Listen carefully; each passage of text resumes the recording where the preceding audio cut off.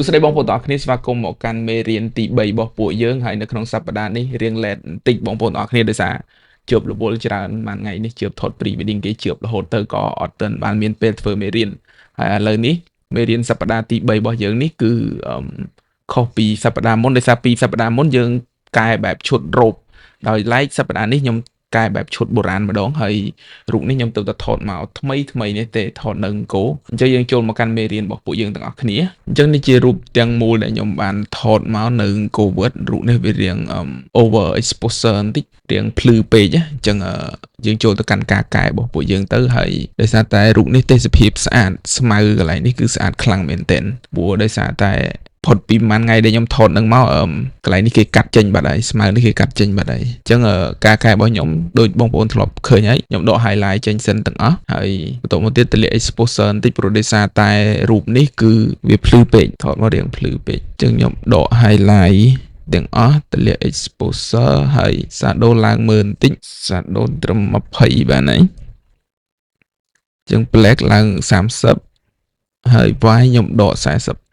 40 is okay ចឹងចុះមកក្រោមបន្តិចមកខ្ញុំមើលបន្តិចដែរ texture ឬ clarity ឯងខ្ញុំអត់បូកទេចុះមកចូលមកដល់កន្លែង color mixer ចូល orange បើក luminate ឡើងមកខ្ញុំដាក់ត្រឹម35 color orange ហ្នឹងដឹងហើយណា color orange គឺ color របស់សាច់យើងណាបងប្អូនអាចទាញមើលបានណាឃើញទេ color orange គឺរបស់សាច់របស់យើងបើកអានេះហើយអានេះខ្ញុំបូកពណ៌បន្តិចឡើងនេះ10ហើយចូលមក yellow នេះពណ៌របស់នេះយើងនេះពណ៌របស់គ្រឿងរបស់យើងគឺ yellow ហើយអញ្ចឹងក្នុងការកែឈុតបុរាណយើងមើលសឹងគ្រប់ color ព្រោះដោយសារតែគ្រឿងអីដូចជាជៀនកវិលកងដៃអីដឹងពណ៌លឿងពណ៌ទឹកមាសហើយអញ្ចឹងយើងបូកពណ៌បូកអីឡើងឲ្យមើលទៅស្អាតអញ្ចឹងខ្ញុំបូកប៉ុណ្្នឹងសិនហើយខ្ញុំចុះមកក្រោមទៀតហើយកន្លែង color grading នេះខ្ញុំចុចមកកន្លែង shadow កន្លែង shadow នេះខ្ញុំអូសអានេះចុះមកបងប្អូនទាញខាងនេះក៏បានដែរណាទាញខាងក្រោមនេះក៏បានដែរណាទាញបានដូចគ្នាណាហើយយើងចង់ទាញបវលអានេះអញ្ចឹងក៏បានដែរអញ្ចឹងខ្ញុំទាញមកត្រឹមពណ៌រាង orange ហើយខ្ញុំបូក saturation ឡើងខ្ញុំដាក់15គឺអូខេហើយមើលទៅប៉ុណ្ណឹងគឺល្មមហើយខ្ញុំចូលទៅ highlight កន្លែងនេះមាន3 color 3 ប្រឡោះអញ្ចឹងខាងនេះគឺ shadow ខាងនេះគឺ mid tone ហើយខាងនេះគឺ highlight អញ្ចឹងខ្ញុំលង mid tone ខ្ញុំអត់ប្រើទេ mid tone អញ្ចឹងខ្ញុំលងទៅ highlight ទៅម្ដងហើយខ្ញុំពវល់មកខ្ញុំយក orange ដូចគ្នាដែរណាខ្ញុំចង់ឲ្យពណ៌រូបនៅអង្គរនេះគឺពណ៌ warm អញ្ចឹងខ្ញុំបូក15ដូចគ្នាដែរហើយខ្ញុំចុះមកក្រោមទៀតខ្ញុំបិទនេះកុំឲ្យឃើញច្រើនពេកខ្ញុំចុះមកក្រោមរហូតអីក៏អត់ប៉ះដែរណាខ្ញុំចុះមកក្រោមរហូតមកដល់ calibration នេះដូចសំមួយដងដែរគឺបើក blue primary កន្លែង saturation នេះបើក blue primary ខ្លាំងមែនទេខ្ញុំបើក50ទៅឃើញពណ៌រូបរបស់យើងកាន់តែស្អាតហើយអញ្ចឹងខ្ញុំបូកកន្លែងនេះ15ដែរដើម្បីឲ្យកាន់តែស្រស់មកក្រហមខ្ញុំអូសមើលបន្តិចសិនខ្ញុំគិតថាក្រហមមិនបាច់ទេតែខ្ញុំទៅកែនៅកន្លែងខាងលើនេះវិញបន្តិចនេះខ្ញុំមកកែនៅកន្លែងនេះបន្តិចកន្លែង temperature នេះខ្ញុំបើកចូល5300អញ្ចឹងរូបរបស់ខ្ញុំមើលទៅរាង warm បន្តិចហើយអញ្ចឹងខ្ញុំចុះមកក្រោមបន្តិចសិនដោយសារពណ៌ស្មៅខ្ញុំចង់កែពណ៌ស្មៅវិញបន្តិចយើងអូសមើលបន្តិចទៅកន្លែង luminate របស់green របស់ពណ៌ស្មៅនេះខ្ញុំតម្លាក់នេះខ្ញុំតម្លាក់បន្តិចហើយនេះខ្ញុំបូកចូលបន្តិចអូខេប៉ុណ្ណឹង setting នៅក្នុង Lightroom របស់ពួកយើងគឺមានតែប៉ុណ្្នឹងទេយើងមើលទៅឈុតរបស់យើងគឺឡើងមកពណ៌ស្អាតយើងចុចអក្សរ Y យើងមើល before and after ណាអក្សរ Y មកវាចេញផ្ទាំងប្រៀបធៀបគ្នាអញ្ចឹងយើងអាចមើលបានហើយយើងមើលទៅ background របស់យើងអីគឺពណ៌ស្មើស្អាតថ្ងៃនោះខ្ញុំថតមេឃសតុំអាកាសធាតុល្អមែនទែនអញ្ចឹងរូបរបស់យើងក៏ចេញមករាងស្មើល្អអ្នកថតរូបគាត់ដឹងហើយណាព្រោះយើងថតពិតជាពឹងផ្អែកលើអាកាសធាតុមែនទែនបើអាកាសធាតុល្អវិញរូបរបស់យើងក៏ចេញមកកាន់តែប្រសើរដែរខ្ញុំបូក vibrant ឡើងបន្តិចដើម្បីឲ្យមានពណ៌កាន់តែស្អាតណាកន្លែងនេះខ្ញុំមើលចុះមើលឡើងទៅគិតថាបូក vibrant 15អូខេអញ្ចឹងយើងមកស្ដាំនៅលើរូបមកហើយយើងយកពាក្យ export ហើយយកតាមលំដាប់លំដោយដែលខ្ញុំយកមកហើយកន្លែងនេះខ្ញុំដាក់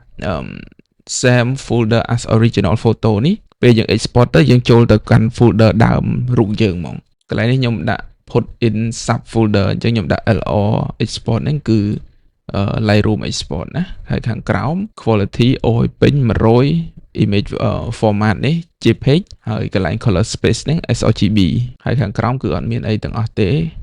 ខាងក្រោមនេះគឺ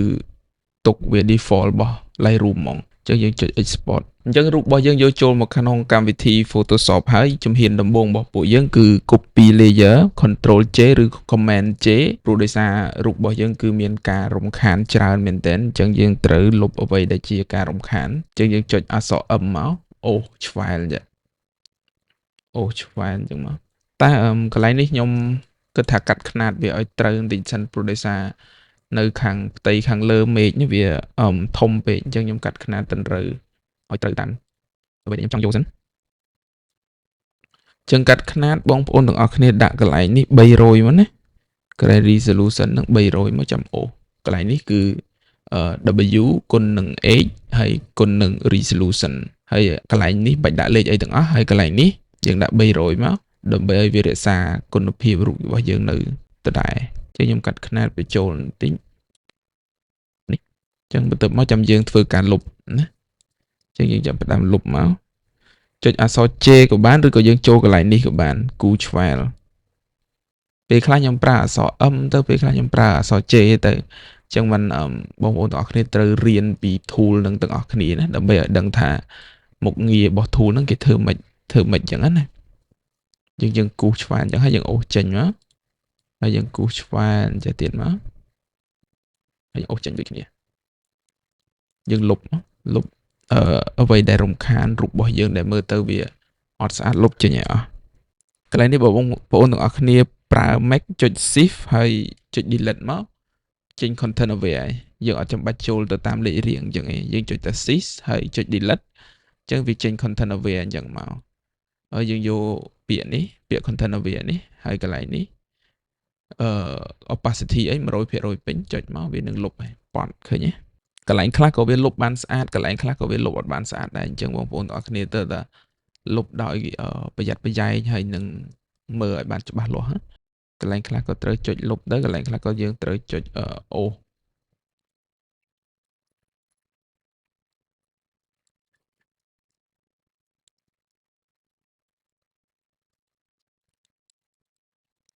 បងប្អូនទាំងអស់គ្នាត្រូវបានលុបរូបនឹងរូបដែលរំខាននៅក្នុង background របស់យើងអស់ហត់បន្តិចឯងព្រោះដោយសារថ្ងៃនោះថ្ងៃដែលខ្ញុំថតនោះគឺថ្ងៃទី3អញ្ចឹងគៀកថ្ងៃបុណ្យអុំទូកអញ្ចឹងមានមនុស្សទៅលេងគោច្រើនមែនទែនហើយណាមួយអាកាសធាតុល្អផងក៏សម្បូរមនុស្សគាត់ឈរថតរូបអញ្ចឹងយើងទៅតែលុបសម្អាតឲ្យស្អាតរូបព្រោះពេលខ្លះខ្ញុំរៀងខ្ជិលបន្តិចដែរតែគ្រាន់ថាបើយើងអត់លុបទេវារូបមើលទៅវានៅតែអត់ clean វាមើលទៅនៅតែអត់ស្អាតយើងបង្កើតទៅលុបវាឲ្យស្អាតអញ្ចឹងមកអញ្ចឹងបន្ទាប់ពីលុបអ្វីដែលរំខានរួចហើយយើងចូលទៅកាន់ជំហានបន្ទាប់របស់ពួកយើងគឺបោសទៅលើពន្លឺទៅលើ subject របស់យើងប៉ុន្តែដោយសារតែគាត់ស្មើស្អាតហើយខ្ញុំអត់មានអីគិតថាត្រូវបោសត្រូវអីថែមទៀតទេអញ្ចឹងខ្ញុំចូលទៅការរុញទាំងម្ដងអញ្ចឹងការរុញរៀងឬក៏រុញអីរបស់យើងប្រើអក្សរ M មកអូសឆ្វែលគាត់អញ្ចឹងមកហើយចាំចុច Shift Command និងអក្សរ X យើង Liquify ដល់វគ្គនេះខ្ញុំប្រើ shortcut ច្រើនណាបងប្អូនទាំងអស់គ្នាខ្ញុំអត់បានចូលទៅកាន់មនុយខាងលើដូចមុនទៀតទេអញ្ចឹងខ្ញុំប្រើ shortcut ដែរអញ្ចឹងបងប្អូនទាំងអស់គ្នារៀនប្រើ shortcut ដូចគ្នាណារៀនប្រើ shortcut ដូចគ្នាអញ្ចឹងកន្លែងមុខនេះយើងចុចចូលកន្លែងនេះមកហើយយើងរុញមុខគាត់ឲ្យស្អាតបន្តិចណាឡើងមកលើបន្តិចរុញចូលបន្តិចបានហើយណាបងប្អូនអរគុណកុំឲ្យខូចទម្រង់មុខគាត់ណាកុំឲ្យខូចទម្រង់មុខធម្មជាតិរបស់គាត់យើងទាញចការចូលបន្តិចអូខេហើយយើង bridge វងនេះធំប្រើ key bridge រួមណាបើធំមកយើងទាញស្មាគាត់ចុះបន្តិចព្រោះដោយសារខាងនេះយើងមើលទៅស្មាគាត់រៀងខ្ពស់ជាងខាងនេះអញ្ចឹងយើងរុញស្មាគាត់ទម្លាក់ចុះបន្តិចហើយដើមដៃកូនកំមុំអីយើងរុញរួមបន្តិចមកណាឲ្យមើលទៅទូចមើលទៅ slim ស្អាតហើយរូបនេះយើងអត់មានរុញអីច្រើនដែរយើងមើល before and after នេះយើងរុញបានប៉ុណ្នេះហើយយើងចុច OK មករួចជាការស្រេចនៅការវគ្គរុញរូបរបស់ពួកយើងហើយបន្ទាប់មកទៀតខ្ញុំចុចmerge layer មួយទៀតចុច Shift Command Option អក្សរ E បើបងប្អូនទាំងអស់គ្នាប្រើ PC ចុច Shift Alt Control អក្សរ E មកចេញ layer ថ្មីនេះ merge layer ថ្មីហើយអញ្ចឹង layer ថ្មីនេះខ្ញុំនឹងចាក់ segment អញ្ចឹងចាក់ segment យើងចូលទៅកាន់ filter ហើយយើងយកពាក្យនេះមកហើយយើងយក portrait មកអញ្ចឹងយើងចាក់ segment ណាអញ្ចឹងចាក់ segment ខ្ញុំយក medium ខ្ញុំបើក masking នេះយកអានេះអញ្ចឹងយើង zoom បញ្ចូលបន្តិចមកហើយយើងចាក់ទៅលើ មុខគុណកំមុំរបស់យើងខ្ញុំគិតថារៀង smooth ខ្លាំងពេកអញ្ចឹងខ្ញុំតម្លាក់ smooth ចេញវិញខ្លះព្រោះដោយសារមើលទៅ smooth មុខជ្រុលអញ្ចឹង smooth នេះកន្លែងនេះនេះ 100% អញ្ចឹងខ្ញុំតម្លាក់មកត្រឹម 70 ឬក៏ត្រឹម 60 អីមុំគិតថា 60 មុំហើយ 60% មុំអញ្ចឹងកន្លែង enhancement នេះបងប្អូនមើលខ្ញុំអត់មានប្រើអីខ្ញុំបូកអានេះពីធ្វើឲ្យមុខកាន់តែភ្លឺប៉ុន្តែដោយសារមុខsubject របស់យើងគឺគាត់ភ្លឺស្អាតហើយអញ្ចឹងខ្ញុំបិទវិញខ្ញុំលុបចេញវិញអញ្ចឹងខ្ញុំចាក់តែប៉ុណ្្នឹងឯណា setting របស់ខ្ញុំគឺអត់មានអីច្រើនទេហើយខ្ញុំចុច OK កន្លែងនេះមើលកន្លែងនេះគឺ same layer ចុច OK មកអញ្ចឹងសាច់ម៉ត់របស់យើងគឺចូលទៅកាន់ផ្ទៃរូបរបស់យើងទាំងមូលកន្លែងណាក៏ប៉ះដែរទៅសក៏ប៉ះថ្មក៏ប៉ះដើមថ្នោតក៏ប៉ះទាំងអស់ហ្មងដើម្បីកុំឲ្យប៉ះទៅដល់ដើមថ្នោតយើងចុច Alt ឲ្យជាប់មកឬក៏អ្នកប្រើ Mac ចុច Option ហើយចុច Mask កន្លែងនេះមកយើងបាន layer mask ពណ៌ខ្មៅមួយហើយបន្ទាប់មកយើងមើលកន្លែងនេះ foreground ពណ៌ស background ពណ៌ខ្មៅហើយបន្ទាប់មកយើងចូលទៅកាន់brush tool ចុច shortcut អក្សរ B brush tool មកយើងធ្វើការបោស opacity ដាក់ 100 flow ដាក់ 100 អញ្ចឹងយើងបោសនៅលើរូបរបស់យើងមកចឹងពេលដែលយើងបោសគឺនឹងចូលទៅលើតែមុខរបស់យើងអត់សូវប៉ះទៅលើខោអាវទេឃើញទេបោសទៅលើសាច់ចាក់សាច់ម៉ត់របស់យើងចូលទៅលើតែទៅលើខោអាវទេសម្រាប់បងប្អូនដែលគាត់កែរូបច្រើនគាត់អាចចាក់អូតូចាក់អីឲ្យដើរលឿនអញ្ចឹងណាចំខោអាវក៏អត់អីដែរតែគ្រាន់ថាយើងកែរូប masterpiece យើងកែមួយយើងទៅតែព្រឹត្តព្រៀងខ្លាំងបន្តិចអញ្ចឹងបន្ទាប់ពីយើងចាក់សាច់ម៉ត់ហើយយើងមើលបន្តិចដោយសារតែគាត់មានស្នាមមុខលើមុខបន្តិចអញ្ចឹងខ្ញុំលុបចេញហ្មងកន្លែងនេះអូខេយ៉ាភ្លេចmerge layer ថ្មីចុច merge layer ថ្មីមួយទៀតមកណាដូចមុនណា sys option ហើយនឹង command អក្សរ e ចេញបាន layer ថ្មីហើយយើងបេះមុនគាត់ចេញមកកន្លែងនេះវាជ្រួយរបស់គាត់តែគ្រាន់ថាវាជ្រួយទូចពេកទៅយើងពិបាកមើលទៅអត់ស្អាតអញ្ចឹងយើងបេះចេញដូចគ្នាណាយើងបេះចេញដូចគ្នាបន្ទាប់ពីចាក់សាច់ម៉ត់អញ្ចឹងរួចមកយើងចូលមកកាន់ការដូរមេឃសិនព្រោះដោយសារមេឃនេះមេឃអត់ស្អាតអញ្ចឹងយើងចូលមកការដូរមេឃយើងចុចកន្លែងនេះហើយយើងយកពាក្យថា sky replacement បន្ទាប់ពីចុច sky replacement ហើយយើងរកមើលមេឃដែលយើងចូលចិត្តមកណាអញ្ចឹងខ្ញុំអូសមកក្រោមខ្ញុំមានមេឃដែលខ្ញុំត្រូវប្រើរួចហើយនេះមេឃដែលខ្ញុំត្រូវប្រើអញ្ចឹងមេឃនេះជាមេឃដែលខ្ញុំទិញគេមេឃហ្នឹងចាំខ្ញុំដាក់ឲ្យបងប្អូនទាំងអស់គ្នានៅក្នុងរូបនឹងទាំងអស់គ្នាដែរដើម្បីរៀនកែដើម្បីមានមេឃកែណាអញ្ចឹងកន្លែងនេះខ្ញុំដាក់110កន្លែង scale ណា110 scale ឡើងបន្តិចហើយយើងសេរីមើលបន្តិចទៅហើយកន្លែងនេះខ្ញុំអូសមកលឿងបន្តិចគិតថាអូស 100% មកក៏អត់អីដែរតែគ្រាន់ថាវារៀងលឿងបន្តិចពេកអញ្ចឹងយើងចាក់ត្រឹម 80 បានហើយចាំចង់ថែមថយលឿងយើង master តាមក្រោយទៀតណាហើយកន្លែងផ្សេងអីគឺយើងព្រិចមើលបន្តិចមកណានេះអញ្ចឹងមេឃហ្នឹងយើងចាក់ដាក់ទៅយើងចូលស្អាតហើយយើងមើលថាអត់មានបញ្ហាអីទេយើងចុច OK មកអញ្ចឹងយើង replace មេឃបានហើយយើងបដូរមេឃបានហើយអញ្ចឹងខ្ញុំបិទកន្លែងនេះមកចុច sys option អក្សរ e មួយទៀតខ្ញុំមើលបាន layer ថ្មីអូសូមទោសបងប្អូនទាំងអស់គ្នាកន្លែងនេះបើសិនជាបងប្អូនទាំងអស់គ្នាមើលទៅជ្រុលមើលទៅមានតែពលឺរបស់មេឃដែលយើងដូរហ្នឹងវាជះចូលមកកាន់ប្រាង្គរបស់អង្គរវត្តខ្លាំងពេកបងប្អូនចុច mask មកណានេះចុច mask មកចាំយើងបោសចេញយើងចុច mask មកយើងចុចអក្សរ B ហើយយើងបោសត្រឡប់យក foreground របស់យើងពណ៌ខ្មៅវិញមកហើយយើងបោសនេះឃើញទេពេលយើងបោសទៅឃើញចេញមេឃចេញប្រាង្គរបស់អង្គរវត្តមកវិញបន្តិចព្រោះដោយសារពេលយើងដូរមេឃទៅវាជះពលឺមេឃចូលមកខ្លះហើយអញ្ចឹងយើងបោសបន្តិចកន្លែងណាដែលយើងយល់ថាជ្រុលណាព្រោះបើយើងបោសខ្លាំងពេកអត់មានពលឺមេឃជះចូលមកក៏រូបហ្នឹងយើងអត់មើលទៅមេឃរបស់យើងមើលទៅអត់ realistic ទេមើលទៅអត់ដូចមែនទេអញ្ចឹងប៉ុណ្ណឹងមុំយើងចុច sys option command អក្សរ e អញ្ចឹងបាន layer ថ្មីអីអញ្ចឹងដល់វគ្គនេះយើងវាចូលទៅកាន់ការ master color របស់យើងអីកន្លែងនេះមានអីគេនេះអូកន្ទុំរុយមួយមើលទៅអត់ស្អាតសោះមើលទៅភ្នែកលុបចេញអញ្ចឹងយើងចូលទៅកាន់វគ្គ master យើងចូលមក filter next collection ហើយយកពាក្យថា color effect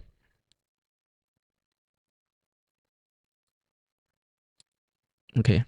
អញ្ចឹងចូលមកកាន់ color effect នេះ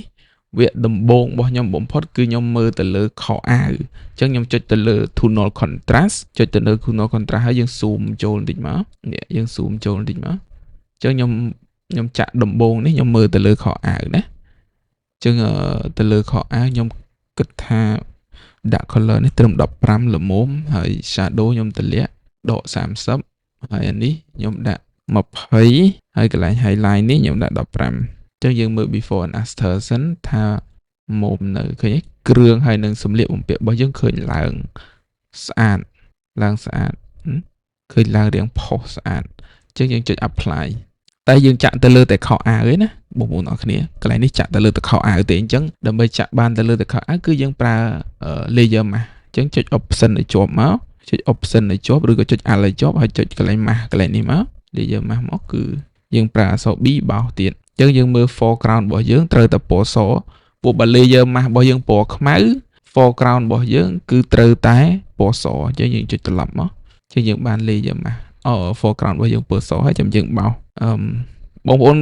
ឆ្ងល់អាកន្លែងក្រហមនេះខ្ញុំចុចនេះ key មួយដែលមានបន្ទិតឈរនិងបន្ទិត trade នៅចិត្តកន្លែង key bridge រួមបើមិនតែអត់ដឹងថាមិនបានខ្ញុំចុច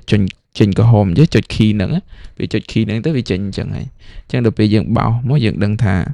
នៅត្រឹមណានេះពេលយើងបោសមកយើងឃើញអញ្ចឹងយើងបោសទៅលើតែខោអាវឯណាព្រោះយើងចាក់ tonal contrast មិញយើងចាក់ទៅលើតែខោអាវឯងអញ្ចឹងយើងបោសកន្លែងណាដែលខោអាវយើងបោសប៉ះសាច់តិចតួចក៏អត់អីដែរ tonal contrast នេះហ៎អញ្ចឹងយើងបោសឲ្យស្អាតទាំងអស់អូខេបន្ទាប់មកយើងចុច key នឹងដែលវិញមកយើងបិទក្រហមចេញចឹងយើងមើល zoom ចូលមើលបន្តិចមកជិះមើល before and after អូខេគ្រឿងយើងឡើងមកបន្តិចវាជំរុញឲ្យរូបយើងកាន់តែស្អាតណាហើយបន្ទាប់មកទៀតខ្ញុំចុចnew layer មួយទៀត merge layer ថ្មីមួយទៀតដូចមុនដែរហើយយើងចូលទៅម្ដងទៀត next collection color effect ចូលទៅកាន់ color effect លើកនេះខ្ញុំចាក់នៅខ្ញុំតម្លាក់រូបនេះឲ្យទូចសិនខ្ញុំប្រើនៅ low key តែ low key នេះខ្ញុំប្រើទាបជាទីបំផុត low key នេះខ្ញុំតម្លាក់ contrast ចេញឲ្យអស់អានេះខ្ញុំដាក់90ហើយកន្លែងនេះខ្ញុំដាក់10ហើយនេះខ្ញុំដាក់10ដែរហើយយើងមើលបន្តិចសិនឃើញទេតម្លាក់បានពលឺបន្តិចតម្លាក់តែពលឺបន្តិចដែរកន្លែងនេះណាអញ្ចឹងខ្ញុំចុច OK មកពេលយើងប្រើ low key នេះវា balance ណាវា balance កន្លែង highlight ហើយនិង shadow វាគឺវា balance ចូលគ្នាបានស្មើល្អវារត់ពលឺពីកន្លែងងងឹតទៅកន្លែងភ្លឺវារត់ទៅស្មើគ្នាល្អអញ្ចឹងបន្ទាប់ពីចាក់low key រួចហើយយើងចូលទៅកាន់នឹងកន្លែងនេះម្ដងទៀតព្រោះខ្ញុំចាក់ពាក្យនេះគឺខ្ញុំចាក់glamour glow មុននឹងចាក់ glamour glow ខ្ញុំមើលកន្លែង brilliant and warm នេះបន្តិចសុំទោស cross balance cross processing ចូលមកកាន់ cross processing មកខ្ញុំមើលកន្លែងនេះបន្តិចហើយរើសពណ៌បន្តិចកន្លែងនេះបងប្អូនរើសពណ៌preset ណាមានពណ៌ preset ច្រើនមែនតើយើងអាចរើសដាក់ទៅលើរូបរបស់យើងបានអញ្ចឹងកន្លែងនេះខ្ញុំមើលសិនគួរតែប្រើ preset មួយណាអូខេបងប្អូនទាំងអស់គ្នាខ្ញុំប្រើនៅ preset Y06 ហើយកន្លែង strain នេះខ្ញុំប្រើ20ហើយ opacity ខ្ញុំប្រើ50អញ្ចឹងយើងចុច OK មកចុច apply ខ្ញុំចេះតែច្រឡំចុច OK ហើយយើងចូលទៅកាន់ម្ដងទៀតលើកនេះបានយើងចាក់ glamour glow ចូលទៅកន្លែង color effect ម្ដងទៀតណានេះយើងចូលមក glamour glow វគ្គនេះគឺយើង zoom ចូលបន្តិចព្រោះដោយសារយើងចង់មើលលើសាច់មុខរបស់ subject របស់យើងហើយកន្លែង saturation នេះបងប្អូនដាក់0មកណាកុំដកយើងដាក់0មកហើយ glow នេះខ្ញុំគិតថា40មុំហើយកន្លែងនេះបងប្អូនទាំងអស់គ្នាអូសមើលបន្តិចដែរណាអញ្ចឹងយើង fit មកវិញមកដើម្បីបានរូបធំយើងអូសមកឃើញបងប្អូនទាញកន្លែង shadow នេះពេលបងប្អូនតម្លាក់មកឃើញកន្លែង shadow កន្លែងលើប្រាសាទណាឃើញទៅខ្មៅឯងអញ្ចឹងបងប្អូនប្រើឲ្យខ្លាំងតិចមកវាអត់ទៅប៉ះទៅលើ shadow ឯងយើងអាច balance មើលភាព glow របស់រូបរបស់យើងបានណាអញ្ចឹង highlight ខ្ញុំគិតថា50មុំឯង zoom ចូលមើលបន្តិចយើងមើល before and after រៀង glow អាវកូនកន្លោះខ្លាំងពេកយើងមើលអាវកូនកន្លោះរៀងចាំងខ្លាំងពេកអញ្ចឹងយើងបើកឲ្យខ្លាំងតិចដែរ9អានេះ60ចឹងយើងមើល before and after ម្ដងទៀតរូបយើងដូចកាន់តែ glow ស្អាតហើយអញ្ចឹងយើងចុច apply អញ្ចឹងរូបយើងគឺបានglow ស្អាតហ្មង អញ្ចឹងបន្ទាប់ពីយើង master color រួចរាល់អស់ហើយយើងមើលទៅរូបរបស់យើងវារៀង blur បន្តិចណាឃើញមុខកូនក្រមុំអីរៀង blur អត់ទៅអត់សូវច្បាស់អញ្ចឹងយើងចាក់សាបឡើងវិញបន្តិចអញ្ចឹងវិធីដែលខ្ញុំតែងចាក់សាបគឺឥឡូវខ្ញុំមើល layer ថ្មីមួយទៀតសិនណាបន្ទាប់ពីមើល layer ថ្មីមួយមកខ្ញុំconvert ទៅជា smart object មកស្ដាំហើយយើងយកពាក្យថា convert to smart object បន្ទាប់មកទៀតបានយើងចូលទៅកាន់ high pass ចូល filter យក other ហើយយើងយកពាក្យ high pass ហើយយើងមើលយើងបូកអានេះមើលមកល្មមបានប៉ុន្តែខ្ញុំគិតថា4ចុចហ្នឹងគឺល្មមហើយខ្ញុំចុច OK ហើយកន្លែងនេះខ្ញុំបដូរទៅជា overlay អញ្ចឹងពេលបដូរទៅជា overlay យើងឃើញរូបយើងរៀងផុសឡើងបន្តិចឃើញរូបយើងរៀងផុសឡើងបន្តិចហ្មងប៉ុន្តែខ្ញុំចាក់កន្លែងនេះមួយទៀតគឺខ្ញុំចូលទៅ image ហើយយកពាក្យ adjustment ហើយយក brightness and contrast ចេះយើងបូកមើលពលឺបន្ថែមទៀតនៅលើខ្ញុំគិតតែចាក់ត្រឹម10ម៉ោមអានេះដក5មើលបន្តិចសិនណាបងប្អូនហ្នឹងហើយមានពលឺជាងមុនបន្តិចតែអានេះត្រឹម5ហ្នឹង5 OK ខ្ញុំចុច OK មកហើយយើងបន្ថយ opacity ណាព្រោះយើងអត់ចាក់ខ្លាំងពេកទេមើលត្រឹម50យើងមើលឃើញទេរូបយើងឡើងរៀងច្បាស់រៀងnet មកវិញបន្តិចណាអញ្ចឹងយើងមើលរូបយើងទាំងមូលទៅអូខេហ្មងខ្ញុំមើល layer នេះទាំងអស់បញ្ចូលគ្នាមួយសិនព្រោះដោយសារ layer ច្រើនពេកអញ្ចឹងselect នៅលើ layer លើហើយអូសចុះមកក្រោម select ខាងក្រោមមួយទៀតចុច command អក្សរ E ឬ control អក្សរ E អញ្ចឹងយើងមើលចូល layer ថ្មីទៅមកយើង check ជាមួយនឹងកន្លែងនេះបងប្អូនអាចលេងចេះមួយទៀតដែរអាចចូលទៅកាន់ camera raw ចូល filter ហើយយកពាក្យថា camera raw ហើយចូលមកកន្លែងនេះហើយយើងយក radial gradient នេះហើយអូសវងឆ្វែលមកយើងអូសវងឆ្វែលកន្លែងនេះមកហើយយើងទម្លាក់ពលឺបន្តិចកន្លែងនេះទម្លាក់ពលឺទៅប៉ះលើ subject របស់យើងអញ្ចឹងយើងចុចកន្លែងនេះម៉ាស់នេះកន្លែងinvert នេះចុចផាច់មកឃើញវាត្រឡប់ទៅអញ្ចឹងយើងភ្លឺតែ subject ឯងតែយើងបើកឲ្យធំបន្តិចណាហើយកន្លែងនេះក៏កុំទម្លាក់ខ្លាំងពេកដោយសាររូបនេះមែនទែនយើងត្រូវប្រើស្មើទេតែយើងអាចលេងចឹងបានបន្តិចដែរដើម្បីឲ្យភ្នែកយើងមាន direction ធ្លាក់ទៅលើ subject ណាចឹងប៉ុណ្ណឹងមុំយើងមើលឃើញទេមានពលឺពេលភ្នែករបស់យើងមើលទៅលើ subject របស់យើងហ្មងអញ្ចឹងហើយចុងក្រោយ final គឺយើង check ជាមួយនឹងពលឺរបស់យើងយកពាក្យ level ហើយយើងចុច L ឲ្យជាប់ឬក៏ចុច option ឲ្យជាប់ check ពលឺរបស់យើងឃើញទេយើងអូសមកឃើញប៉ះចេញពណ៌សក្រហមអីហ្នឹងមានន័យថាឆេះហើយអញ្ចឹងយើងមកដល់ប៉ុណ្ណឹងយើងមុំយើងប្រឡែងណាហើយយើង check ពីខាងនេះទៅវិញម្ដង check ពីខាងនេះអូមករហូតមកដល់ពេលឃើញរាងខ្មៅមានន័យថាល្ងិតខ្លាំងហើយអញ្ចឹងយើងប្រឡែងត្រឹមហ្នឹងវិញណាតែរូបនេះកុំឲ្យ contrast កន្លែងនេះខ្លាំងពេកព្រោះបងប្អូនបិទបើក layer មកឃើញ contrast ឃើញទេឃើញឡើង contrast ខ្លាំងពេកអញ្ចឹងយើងទម្លាក់មកវិញខ្លះខ្ញុំគិតថាត្រឹម10ម៉ោមខាងនេះភ្លឺបន្តិចចុះហើយយើងបោសត្រឡប់អានេះមកយើងប្រើអក្សរ B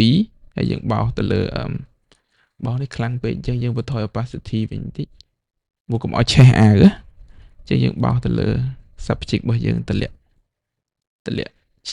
កន្លែងឆេះមកវិញបន្តិចនេះប៉ុណ្ណេះមកមុំហ៎ចឹងយើងបានរូបយើងស្មើស្អាតហ្មងយើងមើលទៅវាមាន glow ពលឺរបស់យើងមិនចាំងពេកមិនខ្លាំងពេកយើងមើលនៅកន្លែងនេះឃើញពលឺរបស់យើងគឺស្មើហ្មងរូបនេះគឺស្មើពលឺស្អាតហ្មងអញ្ចឹងរូបនៅក្នុងសប្តាហ៍នេះរបស់ពួកយើងគឺមានតែប៉ុណ្្នឹងឯងសង្ឃឹមថាបងប្អូនទាំងអស់គ្នាបន្តរៀនបន្តធ្វើអញ្ចឹងយើងនឹងជួបគ្នានៅសប្តាហ៍ក្រោយទៀតបាយបាយ